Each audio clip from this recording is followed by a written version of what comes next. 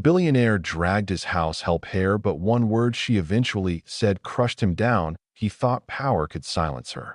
Money could bend her.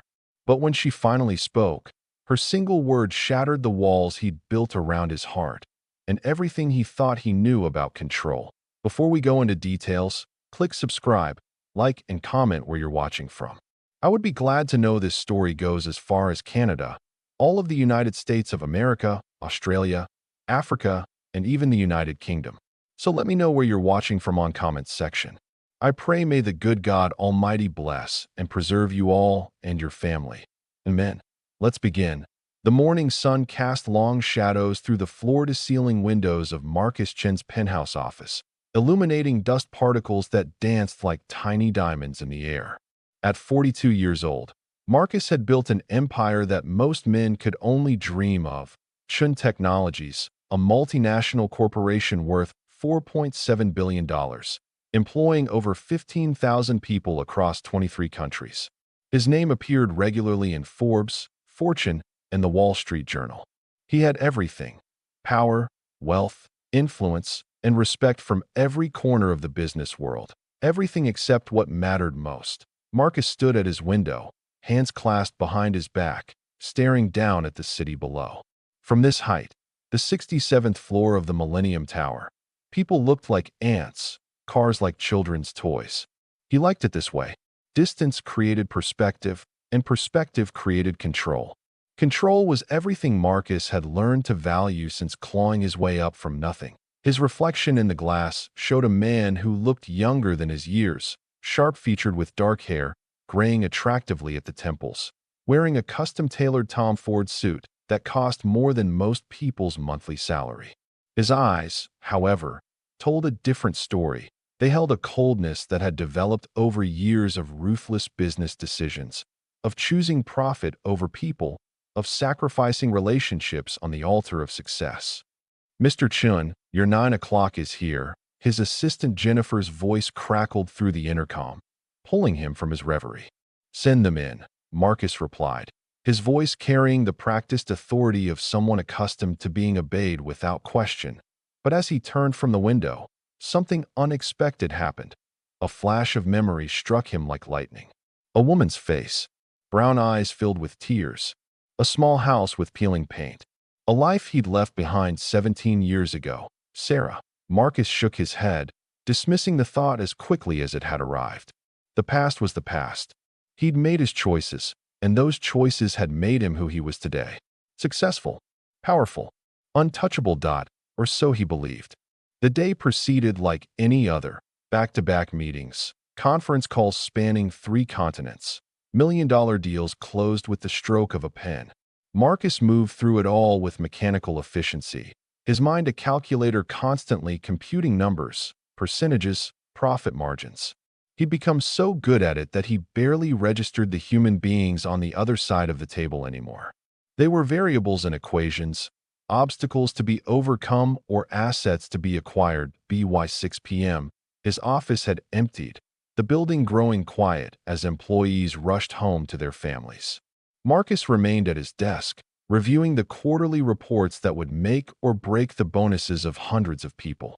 He held their livelihoods in his hands, and the power was intoxicating. His phone buzzed. A text from Jennifer.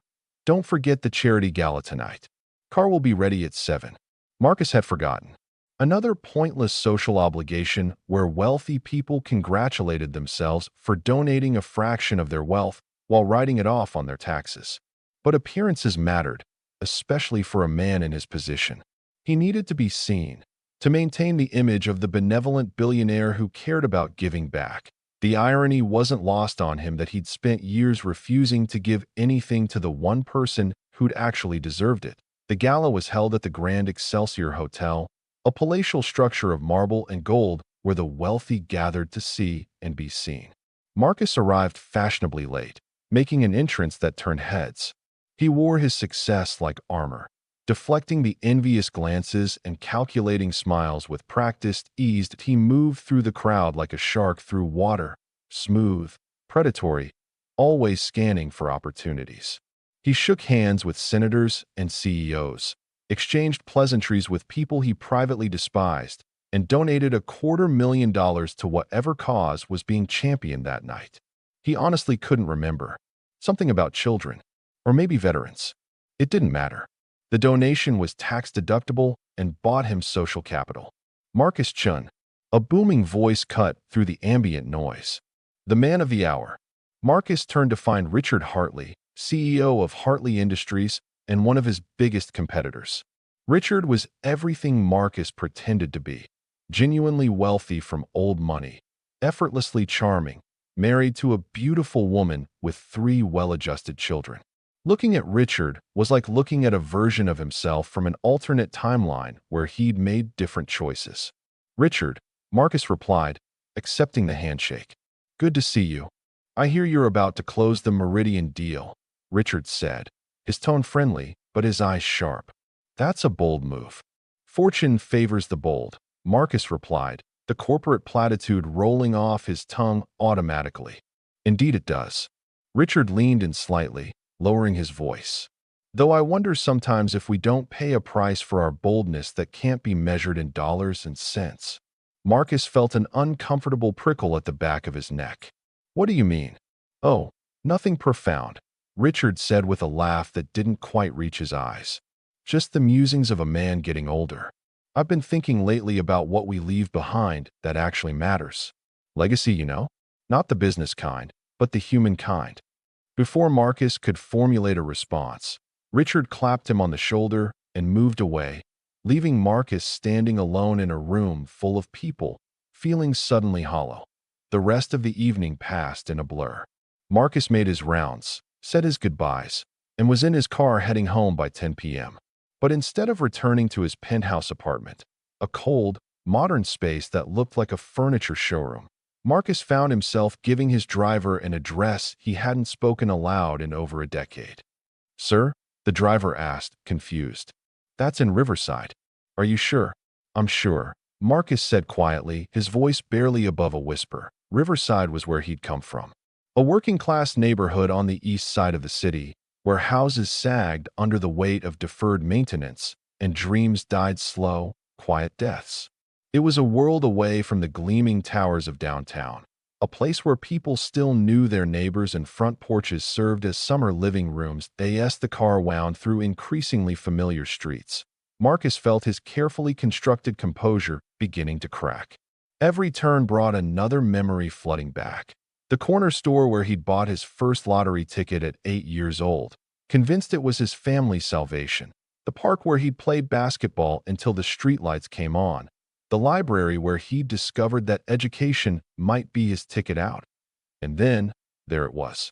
1247 Maple Street. The house looked smaller than he remembered, more worn down. The white paint he'd helped his father apply one summer had long since faded to gray, peeling in long strips that revealed rotting wood underneath. The chain-link fence leaned at an angle, and the small front yard was overgrown with weeds. But there was a light on in the front window. Someone still lived there. Marcus sat in the back of his town car, staring at that lit window like it might reveal the secrets of the universe. His driver waited patiently, asking no questions, understanding somehow that this moment required silence. 17 years ago, Marcus had walked out of that house with nothing but a duffel bag, a full scholarship to Stanford, and a promise he'd failed to keep. His father had died of a heart attack 3 months before his departure, leaving behind debts that would take years to pay off. His mother had worked 3 jobs to keep food on the table and the bank from foreclosing. And Sarah, sweet, devoted Sarah, had promised to wait for him, to hold down the fort until he made something of himself and could come back for her. I'll send money, he'd promised. As soon as I can, I'll send money. And when I graduate, when I get established, I'm coming back for you. We'll get married like we planned. I'll get Mom a better house. Everything will be better. Sarah had believed him. She'd kissed him goodbye with tears streaming down her face, her fingers clutching his jacket like she could keep him there through sheer force of will. Marcus had believed himself, too, in that moment. He'd meant every word, but Stanford had changed him. The business school culture had been cutthroat, competitive, dog-eat-dog. Marcus had learned quickly that sentiment was weakness, that attachment was a liability. He'd met people who'd never worried about money, who treated wealth as a birthright rather than a dream. He'd wanted desperately to be like them, confident, assured, untouchable. So he'd stopped calling, stopped writing, stopped sending the money he'd promised. When his mother had reached out, he'd made excuses. When Sarah had tried to visit, he'd told her he was too busy. Eventually, they'd stopped trying to reach him, and he'd told himself it was for the best. He couldn't afford distractions. He had to stay focused on building his empire. He'd rationalized it 1,000 different ways over the years. They wouldn't understand his new life. He'd embarrass himself in front of his business school peers if they knew where he came from. He'd help them later, once he'd really made it. Once he was rich enough that he could swoop in like a savior and fix everything. But later had never come. Years had passed, then more years. He'd become a millionaire, then a multimillionaire, then a billionaire. And still he hadn't returned. The rationalization had evolved. If he went back now, they'd only want his money. They'd resent him for staying away so long. Too much time had passed. The wound was too deep to heal. Now, sitting outside his childhood home in a car worth more than the house itself, Marcus finally allowed himself to acknowledge the truth. He'd been a coward. "Sir," his driver said gently, "should I wait?" Marcus didn't answer. Instead, he opened the door and stepped out into the cool night air. His Italian leather shoes felt wrong on the cracked sidewalk. His suit felt wrong in this neighborhood. Everything about him felt wrong, like he was an actor who'd wandered off the set of one movie and onto another. He walked slowly toward the house, each step heavy with the weight of 17 years of absence. The gate squeaked when he pushed it open, the same squeak he remembered from his childhood. Some things, at least, remained constant. Marcus stood on the front porch, his hand raised to knock, when he heard voices inside. A woman's voice, strained and tired. And another voice, young, male, angry. "I don't care what you say. He's not coming back.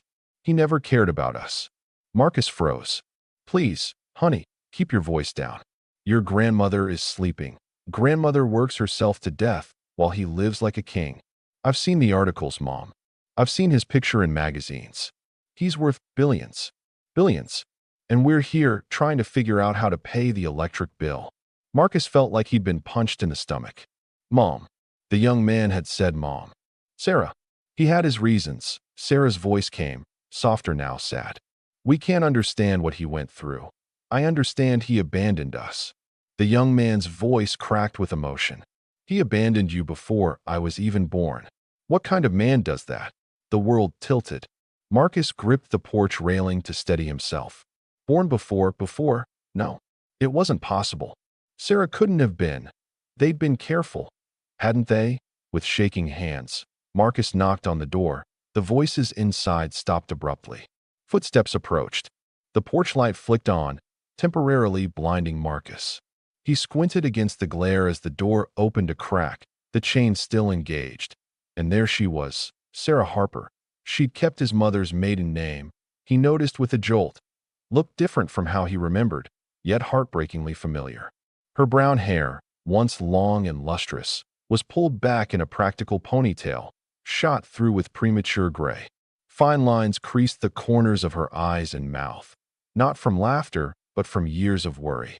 She wore faded jeans and an old sweater, and she looked exhausted in a way that went deeper than physical tiredness. But her eyes, those warm brown eyes that had once looked at him like he hung the moon, those hadn't changed. Except now they looked at him with something that made his chest tighten, recognition mixed with pain. "Marcus," she said simply. Not a question, not an accusation, just his name, spoken like a long-held breath finally released. Sarah. Words failed him. He, who had given keynote speeches to thousands, who had negotiated billion-dollar deals, stood mute on the porch of his childhood home, unable to form a coherent sentence. "Mom, who is it?" The young man appeared behind Sarah, and Marcus felt his heart stop. The boy. No, not a boy anymore. A young man, probably 16 or 17, was like looking into a mirror that reflected his own past. Same dark hair, same sharp features, same intense eyes. But where Marcus's expression had grown hard and calculating over the years, this young man's face held something different, raw, unfiltered anger. This, Sarah said quietly, never taking her eyes off Marcus, is Marcus Chun, your father. The young man's face went through a series of expressions: shock, disbelief, then a rage so pure it was almost physical. Get off our porch, he said, his voice dangerously low. Kyle, please, Sarah began. No, Kyle pushed past his mother, standing between her and Marcus like a human shield. He was tall, almost 6 feet, and though he was lean where Marcus was filled out, there was a strength in him born of hardship. You don't get to show up here after 17 years. You don't get to just appear like nothing happened. Kyle, I know you're angry, Marcus started. Angry? Kyle laughed, a harsh sound without humor. You think I'm angry? I'm beyond angry. I'm looking at a stranger who contributed DNA to my existence and then vanished. You're not my father. You're just some rich guy who got my mom pregnant and ran away. Each word landed like a physical blow. Marcus wanted to defend himself, to explain, to make excuses. But what could he say? Every accusation was true. I didn't know, Marcus said finally. Sarah, I swear, I didn't know you were pregnant. Sarah's expression didn't change. I wrote to you, called, left messages. You never responded. Marcus trailed off. He remembered those first few months at Stanford, the voicemails he'd deleted without listening to, the letters he'd thrown away unopened, telling himself he needed a clean break to focus on his studies. I was focused on school. I thought. You thought wrong, Sarah interrupted, her voice still quiet, but carrying an edge that could cut glass. You thought a lot of things wrong, Marcus. But that's not why you're here tonight, is it?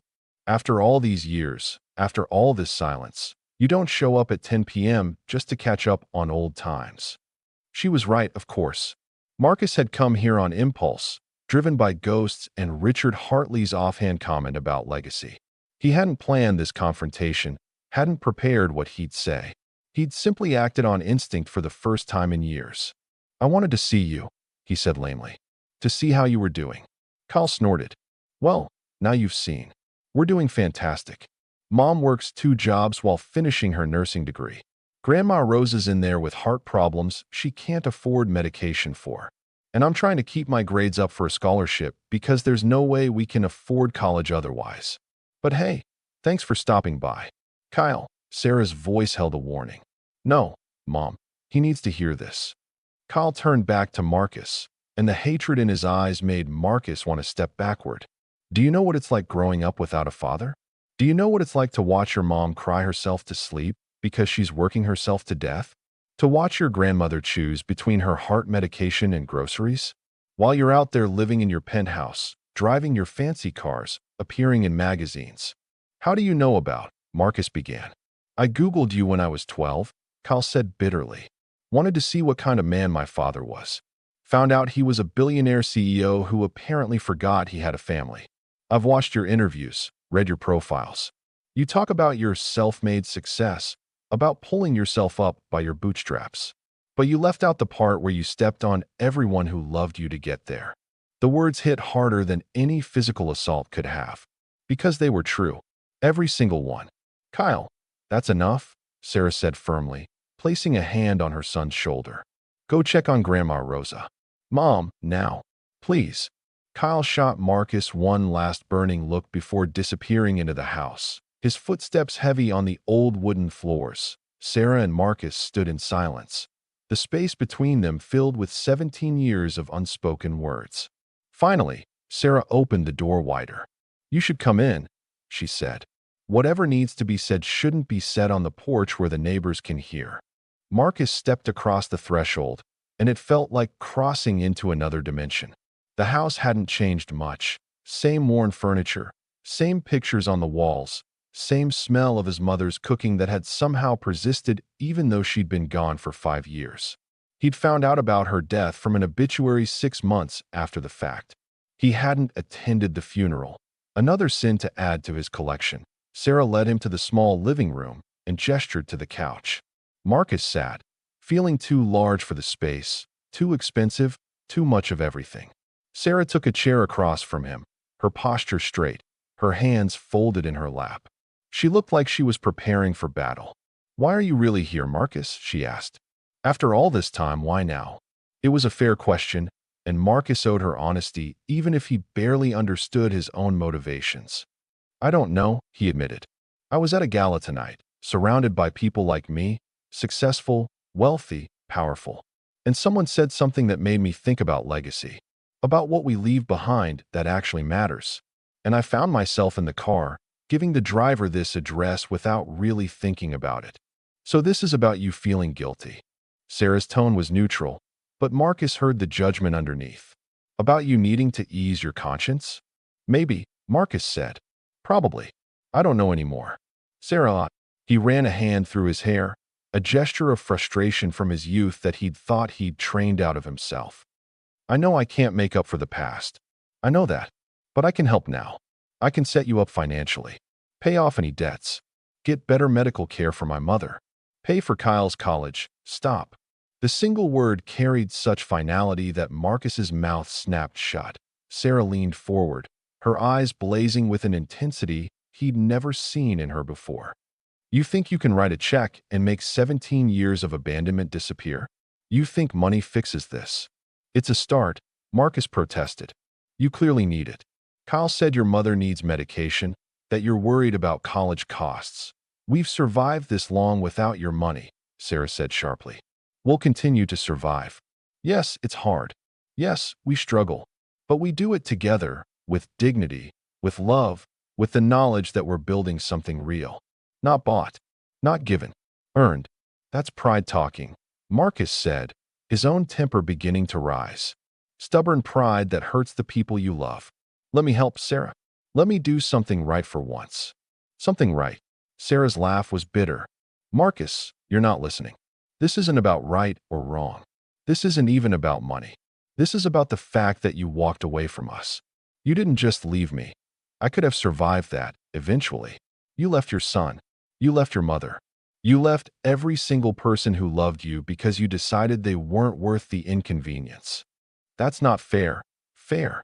Sarah stood abruptly, her composure cracking for the first time. You want to talk about fair? I was 22 years old, pregnant, alone, and terrified.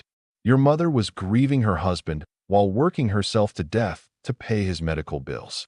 And you were at Stanford, too busy with your new life to even listen to a voicemail. Don't talk to me about fair, Marcus. You gave up that right 17 years ago.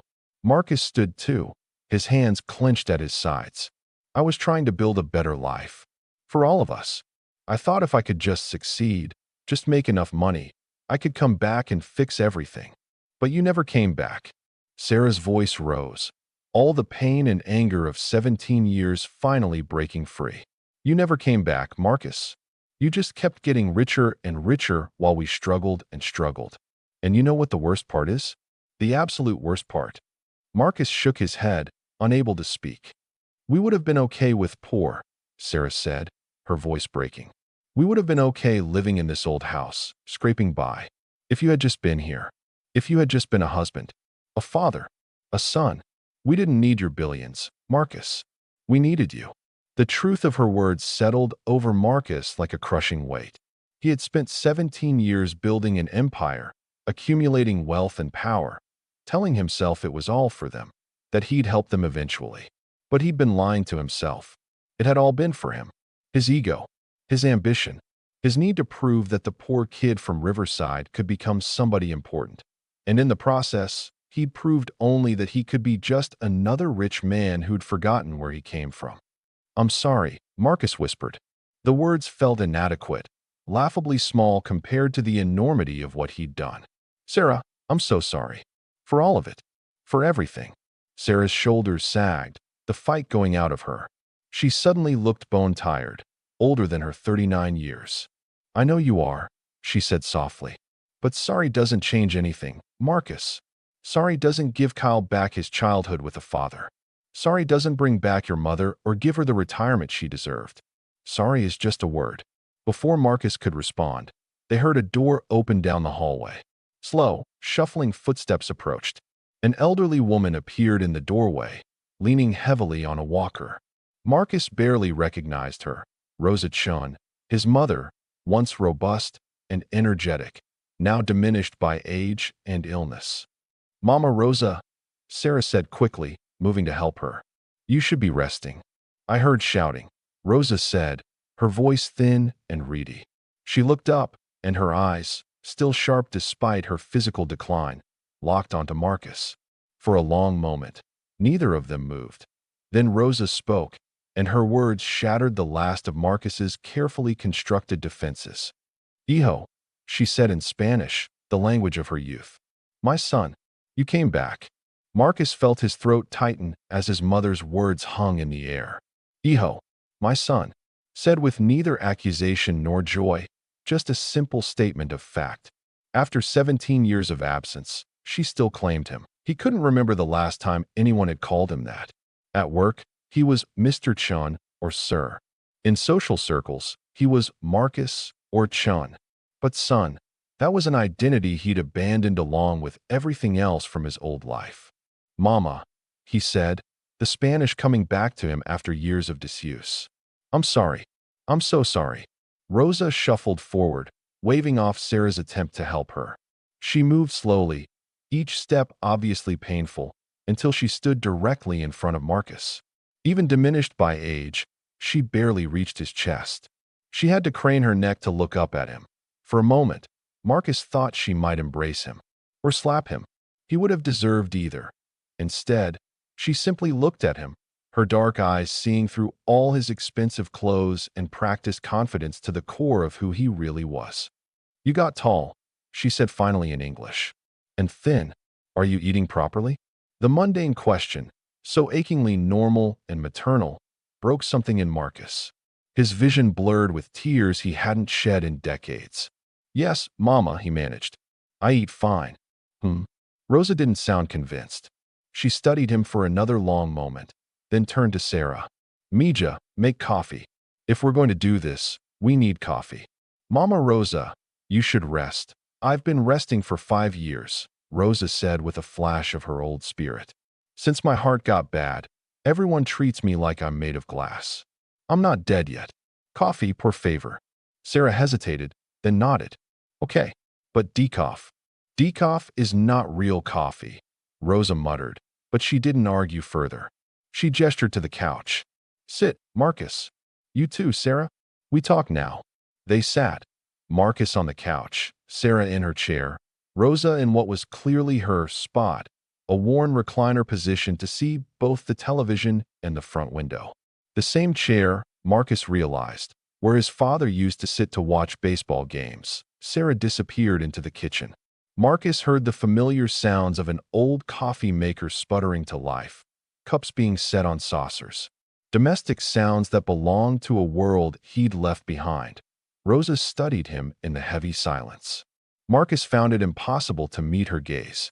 This woman had raised him, had sacrificed everything to give him opportunities she'd never had. She'd worked in factories and cleaned houses and taken night shifts at the hospital cafeteria, all to keep food on the table after his father died. And he'd repaid her by vanishing from her life. You look like your father, Rosa said finally. He was handsome too, and proud. Too proud sometimes. Marcus didn't know how to respond to that, so he said nothing. Your father, he had dreams too, Rosa continued. He wanted to start his own business, be his own boss. We saved money for years. Then he got sick, and all that money went to doctors and hospitals. He died feeling like a failure. He wasn't a failure, Marcus said automatically. No, Rosa agreed. He wasn't. He had a wife who loved him, a son who admired him, a life full of meaning even if it wasn't full of money. But he couldn't see it. All he could see was the dream he didn't achieve. She paused, letting the parallel hang in the air. Is that what happened to you, Hijo? You achieved the dream, but you can't see what it cost. Marcus opened his mouth to argue, to defend himself, but the words died in his throat. Because she was right. He'd been so focused on the destination that he'd never stopped to consider the journey. He'd climbed the mountain, reached the summit, and only now realized he'd climbed alone. Sarah returned with 3 cups of coffee on a tray. She handed one to Rosa, placed one on the table in front of Marcus, and kept one for herself. The ceramic mug was chipped, the handle slightly cracked. Marcus held it carefully, afraid he might break it. This fragile thing that had somehow survived years of use while everything else in this house had fallen apart. Kyle is in his room, Sarah said quietly. He's pretending to study, but really he's listening to everything we're saying. These walls are thin. Good, Rosa said. He should hear this. He has a right to know. Know what? Marcus asked. The truth, Rosa replied. All of it. Not the story Sarah told him to protect your memory, but what really happened. Why you left. Why you stayed away. What kind of man you chose to become. Marcus set down his coffee, his hands suddenly unsteady. Mama, I don't care what you think, Rosa said, and there was steel in her voice now. For 17 years, you got to decide everything. What story to tell, who to talk to, who to abandon. Now it's our turn to speak, and your turn to listen. She was right. Marcus nodded, settling back into the couch, preparing himself for whatever was coming. Rosa looked at Sarah. Tell him everything. Sarah took a sip of her coffee, gathering her thoughts. When she spoke, her voice was steady but laced with old pain. You left in August, she began. August 15th, 2008. I remember because it was your father's birthday. He would have been 53. You were so excited about Stanford, about your full scholarship, about the future. We all were. Your mother was so proud. Rosa nodded, a sad smile on her face. We said goodbye at the bus station, Sarah continued. You promised you'd call when you got there. You did. That first night, you were so enthusiastic, describing your dorm room, your roommate, everything. You called the next day too. And the day after that. Then the calls got less frequent. Once a day, then every few days, then once a week. Marcus remembered. He'd told himself he was just getting busy with classes, with orientation, with settling in. But the truth was he'd been embarrassed. His roommate was the son of a venture capitalist. His suite mates came from families with vacation homes and country club memberships. Next to them, Marcus's background felt like something to hide, not share. I found out I was pregnant in October, Sarah said. I was terrified. We'd been so careful, but accidents happen. I called you right away. You didn't answer. I left a voicemail. Then another. Then another. I called every day for a week. You never called back. I thought you were being needy, Marcus said quietly, shame flooding through him. Clingy. I thought you couldn't handle the separation. So you just stopped answering? Yes. Sarah nodded slowly. I sent letters. Your mother sent letters too, about the house, about how I was doing. We sent emails. Nothing. It was like you disappeared, like you died but your body was still walking around. When I couldn't reach you, Rosa said, taking up the story, I called the school, the financial aid office. They said you were doing well, attending classes, getting good grades. They said you'd requested that your contact information not be shared. You'd told them you needed to focus on your studies without distractions from home. Distractions. That's what he'd called them. His mother, his girlfriend, his unborn child. Distractions. I almost got an abortion, Sarah said bluntly. I was 22, alone, broke. Your mother was still trying to pay off your father's medical bills. I couldn't see how I could have a baby. But Rosa, she looked at the older woman with such tenderness that Marcus felt his heart crack. Rosa convinced me we'd figure it out. That family takes care of family. I told her she could live here, Rosa said. I told her we'd raise the baby together. I promised her she wouldn't be alone. And she kept that promise, Sarah said. When I went into labor, Rosa was there. When Kyle cried at 3 a.m., Rosa was there. When I couldn't afford diapers or formula, Rosa was there. She was more of a parent to Kyle than I could be sometimes, because I was working so much. Marcus looked at his mother, seeing her with new eyes. While he'd been networking at Stanford, attending business school parties, building his career, she'd been raising his son, taking on the responsibility he'd abandoned. Kyle was 2 when I finally stopped trying to reach you, Sarah said. I'd hoped. I don't know what I hoped. That you'd finish school and come back? That you'd at least send money? Something. But you never did. So I stopped hoping. I did come back, Marcus said quietly. Once. During winter break of my junior year. I drove by the house. I saw you in the yard with a toddler. I saw my mother on the porch. And I drove away without stopping. Sarah's cup clattered against her saucer. You what? I told myself I'd come back when I was more successful. When I had something to offer. When I could sweep in and save everyone. Marcus laughed bitterly. But really, I was just a coward. I didn't want to face what I'd done. Didn't want to see the consequences of my choices. You watched us, Sarah said, her voice shaking. You saw your son, and you drove away. Yes. The word hung in the air like an accusation, because that's what it was. An admission of the ultimate betrayal. After Stanford, I got a job at a tech startup. Marcus continued, needing to confess it all now, to purge himself of 17 years of secrets. I made good money, but I didn't send any home. I told myself I was investing in my career, that I needed to look successful to be successful. Then I started my own company. Then another. The money got bigger and bigger, and still I didn't come back. Didn't call. Didn't write. Why? Rosa asked simply. That's what I never understood, Iho. Why? Marcus struggled to put it into words, to articulate something he barely understood himself. Because I was ashamed, he said finally. Not of you, never of you. Of me. Of what I'd become. The longer I stayed away, the worse I felt. And the worse I felt, the easier it was to just stay away. To tell myself it was too late, that I'd hurt you too much, that I couldn't face you. It became a cycle. Every year that passed made it harder to come back. Every success felt hollow because I couldn't share it with you. Every time I was interviewed, every time someone praised my self-made success, I wanted to scream that it was built on abandonment and lies. But you never did, Sarah said. You just kept lying, kept pretending, kept playing the part of the self-made man who owed nothing to anyone. Yes, Marcus admitted, because that was easier than admitting the truth. That I was a coward who ran away from responsibility. That I valued money and success more than family. That I was my father's son, chasing a dream while the people I loved suffered. The room fell silent. Even the old house seemed to hold its breath, waiting. Rosa set down her coffee cup with a soft click. Tell me, Marcus, are you happy? The question caught him off guard. Happy? Yes. With all your money, all your success. Are you happy? Marcus opened his mouth to say yes automatically, the way he always did in interviews when asked about work-life balance and personal satisfaction. But sitting here in this worn living room, looking at the two women whose lives he'd shattered, he couldn't force the lie past his lips. No, he whispered. I'm not happy. I haven't been happy since the day I left. Then what? Rosa's voice broke. Why did you trade everything for nothing? It was the question Marcus had been avoiding for 17 years. And he finally had to face it. Because I thought happiness was something you earned, he said. Something you had to be worthy of. I grew up watching Dad struggle, watching you work yourself to exhaustion.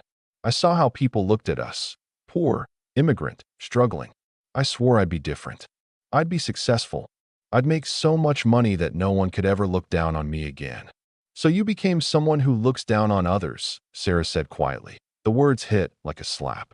But they were true. Marcus had spent years surrounding himself with people he privately despised, playing status games, measuring his worth in zeros on a bank statement. He'd become everything he'd once hated. When did you become so empty, Iho? Rosa asked sadly. When did you forget that family is what matters? That love is what matters? Before Marcus could answer, a door slammed down the hallway. Kyle appeared, his face flushed with anger and tears. This is bullshit, he shouted. All of it. You want forgiveness? You want absolution? You don't deserve it. You don't deserve anything from us. Kyle, Sarah started to rise. No, Mom. You and Grandma are too nice. You're sitting here listening to his sob story like it changes anything. He's sorry? Great. He's unhappy? Good. He should be. Kyle turned on Marcus, his fists clenched. You want to know what it was like growing up? Really no. Yes, Marcus said. Tell me. I was 7 years old when I first asked about my father. Kyle said, his voice shaking. Mom told me you were away, working hard to build a better life for us. I believed her. I used to imagine you were some kind of superhero, doing important things that kept you away. I'd draw pictures of you and put them on the fridge. Marcus felt something twist in his chest. When I was 10, kids at school started asking why my dad never came to events, to parent-teacher conferences, to my baseball games. Mom always had excuses. You were traveling. You were busy. You'd be there next time. Kyle's voice grew harder. But next time never came. Kyle, I'm sorry. Stop saying you're sorry.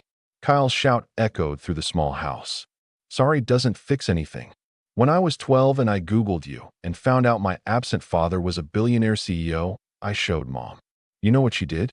She cried. Actually broke down crying. Then she made me promise not to hate you. Said you must have had your reasons. That someday I'd understand. Kyle turned to Sarah. But I don't understand, Mom. I'll never understand how a man can abandon his family and sleep at night. How he can live in luxury while his mother needs heart medication she can't afford.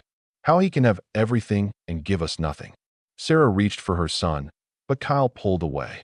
I'm 17 now, he continued. In a few months, I'll be 18. Legally an adult. And you know what I've learned? I've learned how to be a man by watching what you didn't do. I learned that real strength isn't money or power, it's showing up. Being there. Doing the hard things even when it's inconvenient.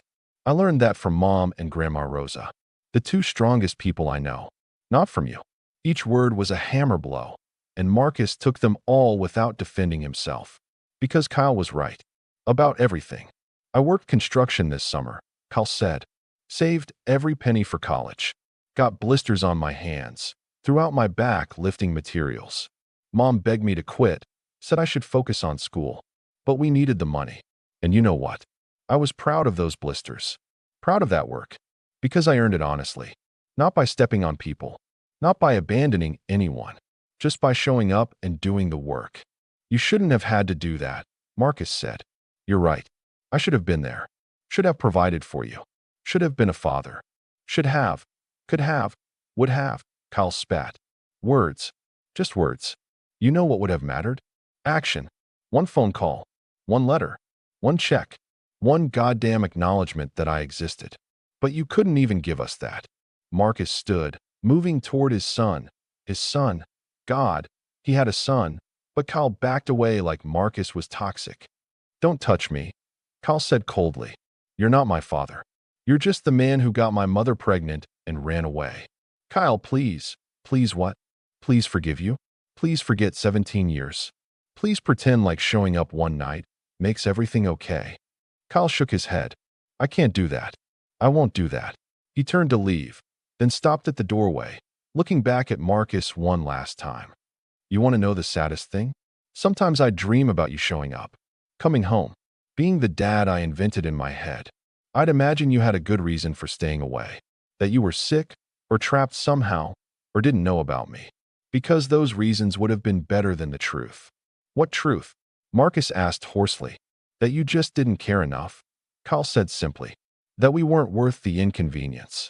That your money and your empire and your ego mattered more than we did. Kyle walked out, and a moment later they heard the front door open and close. Sarah rose to follow, but Rosa stopped her. Let him go, Mija. He needs air. He needs to process. Sarah sank back into her chair, tears streaming down her face. This is too much. Too much pain for one night. Marcus stood frozen in the middle of the living room, feeling like his entire world was collapsing. Everything he'd built, everything he'd achieved, it all meant nothing. Less than nothing. It was a monument to his own selfishness, built on a foundation of abandoned love. I should go, he said. I shouldn't have come. I'm just making everything worse. Sit down, Rosa commanded. We're not finished. Mama, I think Kyle said everything that needs to be said. Kyle said his truth, Rosa interrupted. Now I say mine. Marcus sat slowly, feeling like a child being called to account by a teacher. Rosa leaned forward in her chair, her eyes sharp despite her physical frailty. You think you're the first person to make mistakes, Marcus? To run away from responsibility? To choose wrong? You're not. You're human. Flawed. Broken. Like all of us. Mama, but here's the difference, Rosa continued. Most people don't have the resources to fix their mistakes. They stay broken because they don't have the means to heal. You have billions of dollars. You have power. You have influence. And you're sitting here feeling sorry for yourself instead of asking the only question that matters. What question? Marcus asked. What are you going to do about it? The question hung in the air, challenging him. Marcus realized he'd been so focused on wallowing in guilt that he hadn't thought past his confession. He'd come here to what? Ease his conscience? Feel bad about himself? Get absolution? I don't know, he admitted. I want to help. I want to make things right. But I don't know how. Money helps, Rosa said bluntly. Don't let Sarah's pride fool you. We need money. My medication costs $3,000 a month. Sarah works 2 jobs and is still in debt from nursing school. Kyle is brilliant, straight A's, perfect test scores, but without a full scholarship, he can't afford college. Money would solve these problems. Mama Rosa, Sarah protested. No, Mija. We've been proud long enough. Pride doesn't pay for heart medication. Pride doesn't send Kyle to college. Rosa turned back to Marcus. But money isn't enough. Money is the easy part. The hard part is everything else. What do you mean? You can't buy back 17 years, Rosa said. You can't erase the damage you did. But you can decide who you're going to be from this moment forward. You can be the man who wrote a check and disappeared again. Or you can be the man who stays. Who shows up? Who does the hard work of rebuilding what he destroyed? I don't know if they'll let me, Marcus said, looking at Sarah. I don't know if I have the right to ask. Sarah was silent for a long moment, her face unreadable. Then she spoke, her voice heavy with exhaustion. I don't know either, Marcus. I honestly don't know if I can forgive you. If Kyle can forgive you. If any of this can be fixed. She paused. But I know this. Running away again won't help anyone. It'll just be the same pattern repeating. So maybe the first step is just not running. Not running, Marcus repeated. Staying. Staying, Sarah confirmed. Not swooping in like some savior. Not throwing money at problems and leaving. Actually staying. Being present. Doing the uncomfortable, messy work of being family. I don't know how to do that, Marcus admitted. I've spent 17 years being someone else. Building walls. Keeping people at a distance. I don't know how to connect anymore. Then you learn, Rosa said simply. You learn, Iho. The same way you learn to build your empire. With time. With effort. With patience. The question is, are you willing to do the work? Was he? Marcus looked around the small living room, at the worn furniture, the old photographs on the walls, the evidence of years of struggle and perseverance. Then he looked at Rosa, his mother, who had every right to hate him but was offering him a chance at redemption. And at Sarah, who had raised his son alone, who had kept his memory alive even when she should have erased him completely. They had every reason to turn him away, to take his money and send him packing, to slam the door in his face and never speak to him again. But they weren't doing that. They were offering him something he didn't deserve, a chance. Yes, Marcus said, and the word felt like a vow. I'm willing to do the work. Whatever it takes. However long it takes. I'm willing. Okay then, Rosa said. Then we start small. Tomorrow, you come for dinner. 6 o'clock. Don't be late. Dinner. Marcus repeated, surprised. You think this gets fixed in one dramatic conversation? Rosa asked with a slight smile. This is life, Iho, not a movie. Healing happens in small moments. Over meals. In conversations. In showing up, day after day, even when it's hard. Especially when it's hard. I have a board meeting tomorrow. Marcus started, then caught himself. But I'll cancel it. I'll be here. Don't cancel it, Sarah said. We're not asking you to destroy your life. Just to include us in it. Your meeting is at what time? 2 o'clock. Then come at 6. Dinner can wait. What matters is that you show up. Marcus nodded, feeling something unfamiliar stirring in his chest. It took him a moment to recognize it. Hope. Fragile, tentative hope. I need to talk to Kyle, he said. I need to. Give him space, Sarah interrupted. He needs time. He's angry, and he has a right to be. You don't get to demand forgiveness on your timeline. You earn it on his. How long will that take? Sarah shrugged. I don't know. Months. Years. Maybe never. That's part of the work, Marcus. Living with uncertainty. With consequences. With the knowledge that some damage can't be undone. Only moved forward from. Marcus stood, and this time no one stopped him. He looked at his mother, at Sarah, trying to memorize this moment. The moment when the worst night of his life became the first step towards something better. Thank you, he said. for not slamming the door in my face, for giving me a chance I don't deserve. We're not doing this for you, Sarah said quietly. We're doing it for Kyle. He deserves to know his father, even if his father is flawed. He deserves the choice of whether to have a relationship with you. We can't make that choice for him. Marcus nodded, understanding. This wasn't about his redemption. It was about Kyle's right to decide for himself. I'll see you tomorrow, he said. 6 o'clock. 6 o'clock, Rosa confirmed. And Marcus? Don't bring expensive gifts. Don't try to impress us.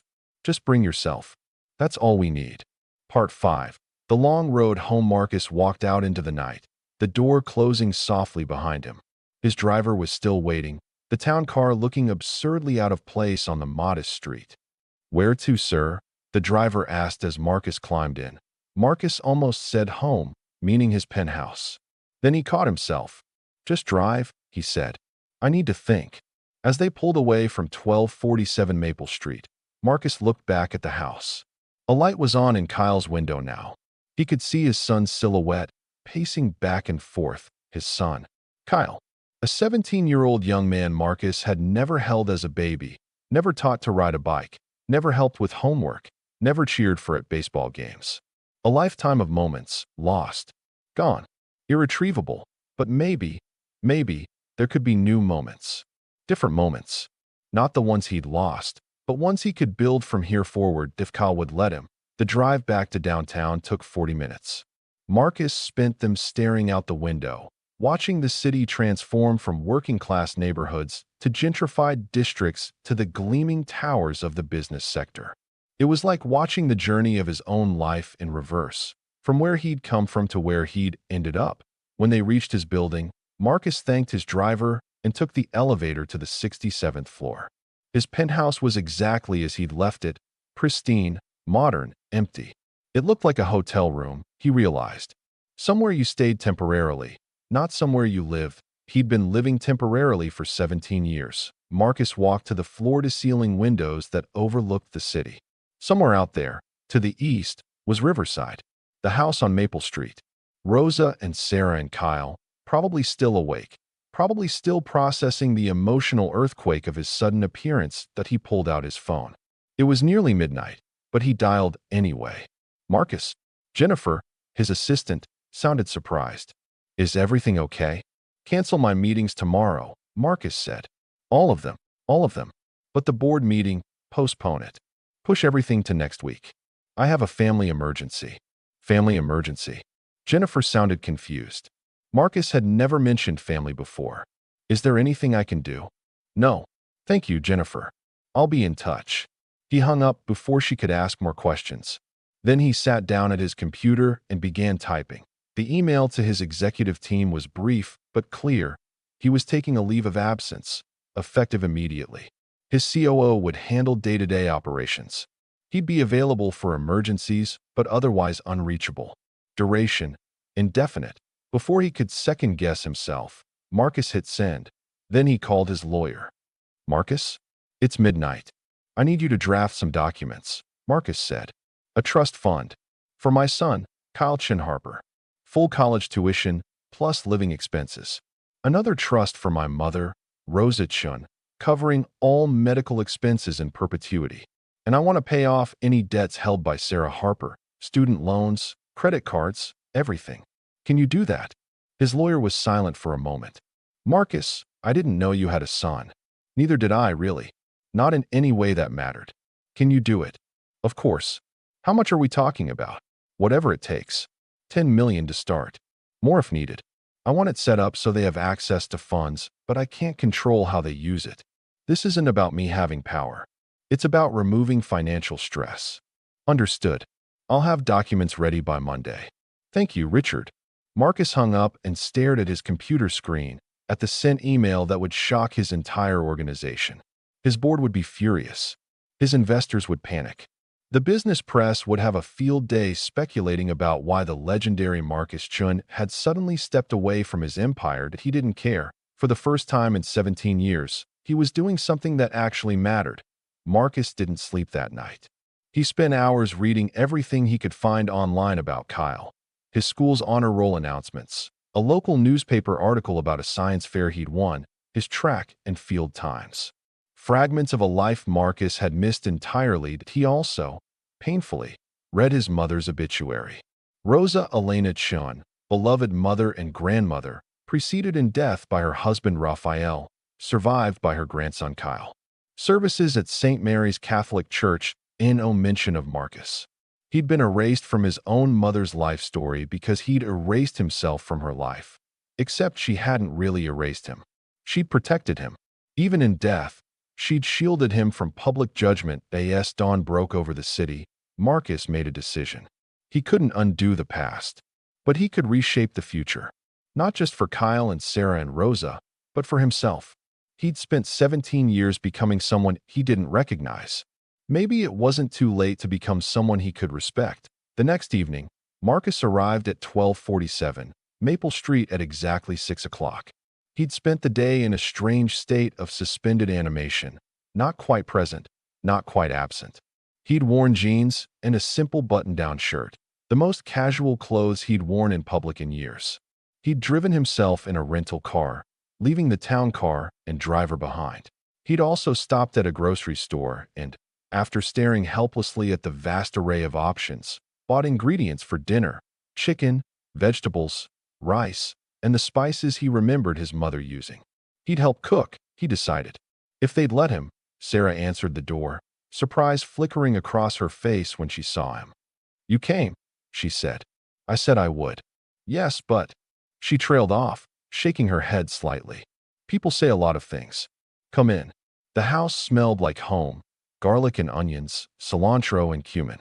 Rosa was in the kitchen, moving slowly but determinedly as she prepared food. She looked up when Marcus entered. "You're on time," she said approvingly. "That's good. Now, can you cook?"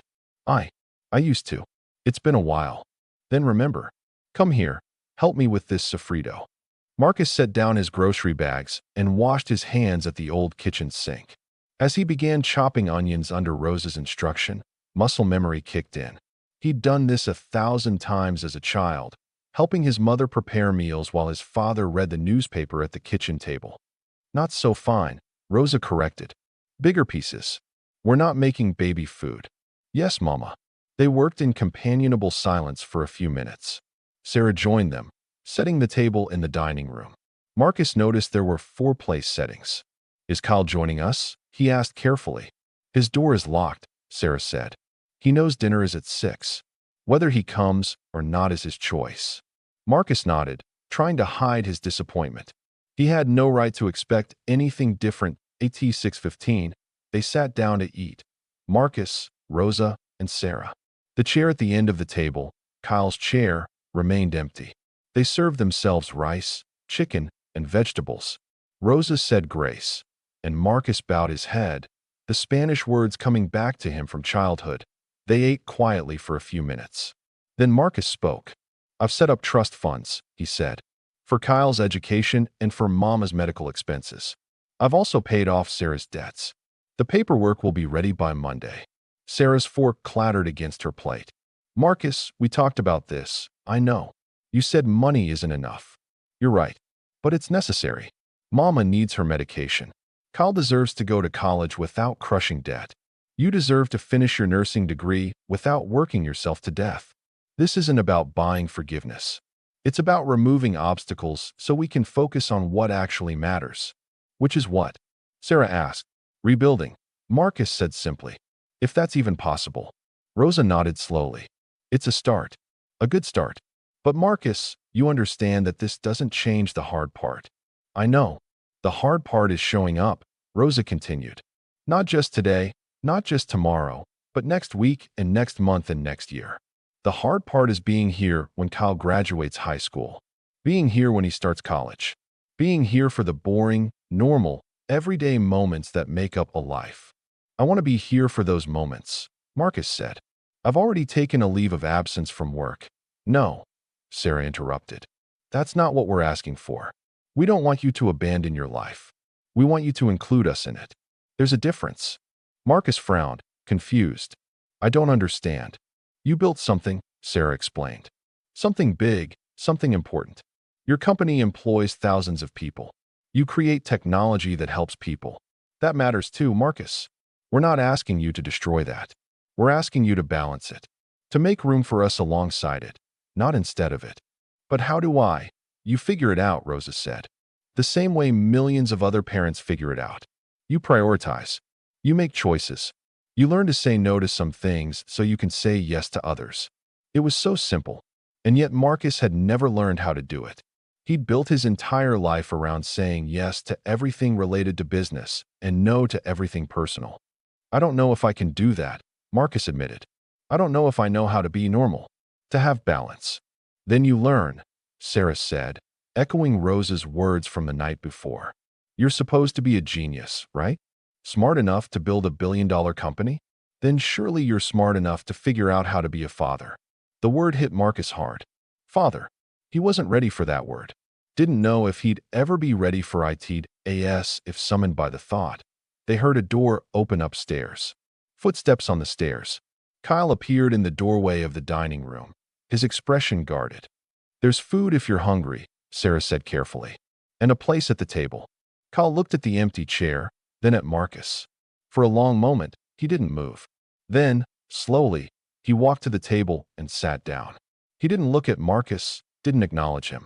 He simply served himself food and began to eat. But he was there, at the table. And for now, that was enough. They ate in loaded silence. Marcus wanted to say something, anything, to break the tension. But he remembered Sarah's words about earning forgiveness on Kyle's timeline, not his own. So he stayed quiet, just grateful to be in the same room as his son. Finally, Kyle spoke. Mom says you set up a trust fund for college. Yes, Marcus replied carefully. I don't want it. The words were a punch to the gut. Kyle, I don't want your money. Kyle said, finally looking at Marcus. I want to earn my education the same way I've earned everything else. By working for it. There's no shame in accepting help, Rosa said gently. There is if it comes from someone who abandoned you. Kyle shot back. Then, seeing the hurt on Rosa's face, he softened slightly. I'm sorry, Grandma. I know you're trying to help. But I can't just take his money and pretend like that fixes anything. It doesn't fix anything, Marcus agreed. I know that. But Kyle, you're brilliant. Your mother showed me your grades, your test scores. You could go to MIT, Stanford, anywhere you want. You shouldn't have to choose a school based on which one offers the biggest scholarship. You shouldn't have to work construction to afford textbooks. That's not pride. That's just unnecessary suffering. Suffering builds character, Kyle said. Suffering builds character, Kyle said. No, Marcus said firmly. Suffering is just suffering. It doesn't make you noble or strong. It just makes you tired. Trust me, I know. I suffered through poverty as a kid, and it didn't make me a better person. It made me desperate and afraid and willing to abandon everyone I loved to escape it. The honesty seemed to catch Kyle off guard. He studied Marcus with new eyes. Is that why you left? Kyle asked. Because you were afraid of being poor again? Partly, Marcus admitted. I was afraid of a lot of things. Of disappointing people. Of not being good enough. Of ending up like my father. Full of dreams that never came true. So I ran. And I kept running. And I told myself I was running towards something when really I was just running away. From us, Kyle said. From everyone. Including myself. Kyle was quiet for a moment, pushing food around his plate. You said you drove by once. When I was 2. Why didn't you stop? Marcus took a deep breath. This was the hard part. Not making excuses, just telling the truth. Because I was ashamed, he said. I'd been gone for almost 3 years by then. I'd missed your birth. Missed your first steps. Missed everything. And the longer I stayed away, the harder it became to come back. I was afraid you'd all hate me. And I was afraid that if I came back, I'd be trapped. That I'd lose everything I'd built. So you chose the everything you built over us, Kyle said. Yes. The simple acknowledgement seemed to deflate some of Kyle's anger. He'd been expecting excuses, justifications, lies. The truth, stark and unadorned, left him with nothing to push against. That's really fucked up, Kyle said quietly. Kyle, Sarah started, but Marcus held up a hand. He's right. It is fucked up. There's no other way to describe it. I made terrible choices, and you paid the price for them. All of you did. Kyle stared at his plate. and Marcus saw his jaw working as he fought back tears. When he finally spoke, his voice was thick with emotion. "I used to wonder if there was something wrong with me," he said. "Something that made you not want to know me. Mom said no, said it wasn't about me. But kids don't really believe that. Part of me always thought, if I was smarter or better or different somehow, maybe you would have stayed." Marcus felt something break inside him. He'd spent 17 years inflicting damage he'd never even imagined. Kyle had grown up not just without a father, but believing he wasn't worthy of having one. "Kyle, look at me," Marcus said. When his son's eyes met his, he continued, "There is nothing wrong with you. Nothing. You are brilliant and strong and good in ways I've never been. My leaving had nothing to do with you and everything to do with my own cowardice and selfishness. You deserved better than me. You still do. Then why are you here?" Kyle asked. "If I deserve better, why not just stay away? Send the money and leave us alone?" It was a fair question. The easiest thing would be to do exactly that. Set up the trusts, ensure they were financially secure, and disappear back into his gilded life. No mess, no drama, no risk of causing more damage. But Marcus had learned something in the last 24 hours. The easiest thing was rarely the right thing. "Because I'm tired of running," Marcus said. "I'm tired of being empty. I'm tired of having everything and nothing at the same time. And because," he swallowed hard, "because I want to know you. I want the chance to be your father, even though I know I haven't earned it. Even though I know I might never earn it." "That's not good enough," Kyle said, but there was less venom in his voice now. "You don't get to just decide you want to be a dad after 17 years and expect me to be okay with it. I know, but I'm asking anyway. Not because I deserve it, but because—" Marcus struggled for the right words. "Because I've spent my whole life building things. Companies, products, wealth, and none of it matters. None of it means anything. The only thing I ever built that actually mattered was walking away from me 17 years ago because I was too stupid to realize it." Kyle's eyes widened. "You mean me. I mean you." The silence that followed was different from before, not hostile, but heavy with possibility. Kyle looked at his mother, then at his grandmother. Rosa nodded slightly, as if giving him permission for something. "I don't forgive you," Kyle said finally. "I don't know if I ever will. But," he took a shaky breath, "but maybe I could try to get to know you. Maybe, if you actually stick around this time." "I'll stick around," Marcus promised. "However long it takes. Whatever it takes. We'll see," Kyle said, but there was the smallest hint of something that might, eventually, become hope. That first dinner marked the beginning of what Marcus would later think of as his real education. Stanford had taught him business. Years of cutthroat competition had taught him strategy. But sitting at that modest dining table, surrounded by the family he'd abandoned, he began learning what actually mattered. That IT wasn't easy. Nothing about it was easy. He came back the next evening. And the next. At first, Kyle barely spoke to him, answering questions in monosyllables, leaving the room when the tension became too much. But Marcus kept showing up. He'd sit at the dinner table, help with dishes, listen to Rosa's stories about the neighborhood, ask Sarah about her nursing classes. He learned about Kyle's life in fragments, his love of physics, his secret dream of becoming an engineer, his frustration with teachers who underestimated kids from poor neighborhoods.